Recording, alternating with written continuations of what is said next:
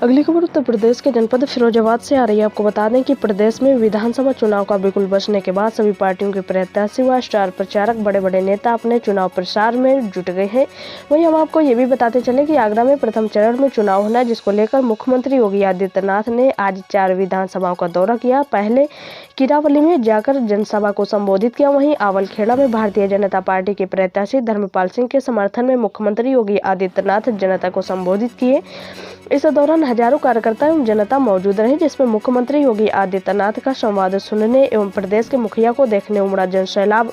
मैदान में भी नई समय जनता छत पर भी खड़े होकर के देख रहे थे लोग। रोड पर भी मुख्यमंत्री योगी आदित्यनाथ को देखने के लिए लगी थी लंबी लंबी कतारें। इस जनता के सैलाब को देखकर लग रहा था। देखिए एक रिपोर्ट हमारे संवाददाता अरविंद कुमार श्रीवास्तव के साथ।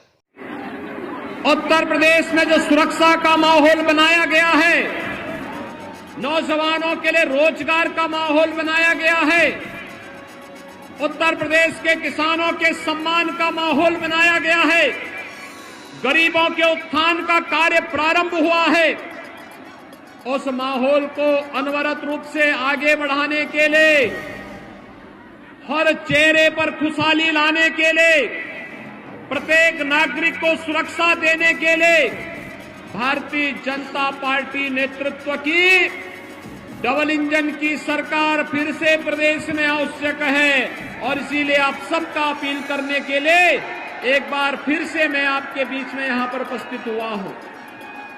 भाइयों बहनों, भारतीय जनता पार्टी और अन्य दलों ने अपने अपने प्रत्याशियों की पहली सूची जारी की। आपने देखा भारतीय जनता पार्टी ने सामाजिक संतुलन बनाए रखते हुए, जैसे 7 वर्षों से प्रधानमंत्री मोदी जी के नेतृत्व में सबका साथ सबके विकास के भाव के साथ कार्य हुआ है, ऐसे ही भारतीय जनता पार्टी प्रत्याशियों की सूची में भी दिखाई देता है। लेकिन सपा और बसपा के प्रत्याशियों की सूची जब निकली तो आपने देखा होगा उस सूची में भारतीय जनता पार्टी ने तो समाज के प्रत्येक तबके को सम्मान दिया है, संतुलन लाने का कार्य किया है, सबकी सुरक्षा सबका सम्मान। लेकिन सपा बसपा के प्रत्याशियों की सूची में पेशेवर अपराधी और माफिया और हिस्ट्री सीटर एक बार प्रदेश को दंगों की आग में झोंकने की उसकी कुत्सित मानसिकता को प्रदर्शित करता है। और इसीलिए मैंने आपको बार बार कहा है, भाजपा ने सुरक्षा दी है, भारतीय जनता पार्टी ही सुरक्षा देगी।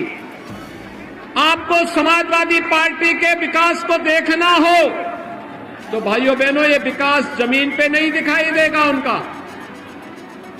कहीं स्कूल नहीं, कोई विश्वविद्यालय नहीं, कोई हाईवे नहीं, कोई एयरपोर्ट नहीं, कहीं मेट्रो नहीं, स्कूल नहीं, बिजली नहीं, पानी नहीं। उनका विकास केवल एक जगह दिखाई देता है और समाजवादी पार्टी का विकास केवल कब्रिस्तान की बाउंड्री वाल तक सीमित है। भाइयों बहनों, कब्रिस्तान की बाउंड्री वाल तक सीमित है। भाइयों बहनों, कब्रिस्तान की बाउंड्री वाल तक उनका अपना कोई विकास नहीं। नौजवानों को नौकरी निकलती थी, चाचा भतीजा और पूरे महाभारत के सभी रिश्ते वसूली के लिए निकल पड़ते थे। हमने 5 लाख नौजवानों को सरकारी नौकरी दी।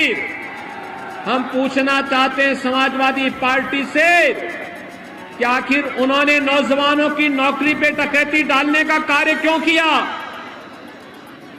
भारतीय जनता पार्टी की सरकार ने किसानों का कर्ज माफ भी किया। प्रदेश के 2 करोड़ 54 लाख किसानों के खाते में प्रधानमंत्री किसान सम्मान निधि का भी लाभ दिया। लेकिन समाजवादी पार्टी की सरकार तो उनके समय में किसान आत्महत्या करता था, गरीब भूख से मरता था, नौजवान पलायन करता था, पर्व और त्योहार के पहले कर्फ्यू लग जाता था, अराजकता का मंजर था, कोई सुरक्षित नहीं था। लेकिन 5 वर्ष के अंदर आपने देखा होगा कोई दंगा नहीं, कोई फसाद नहीं, कोई अराजकता नहीं, कोई गुंडागर्दी नहीं, और पेशेवर माफिया को सत्ता के संरक्षण में फलते फूलते थे, उनकी अवैध कमाई पर सरकार का बुलडोजर चलाने में भी सरकार ने मजबूती के साथ उस कार्यक्रम को आगे बढ़ाने का कार्य भी किया।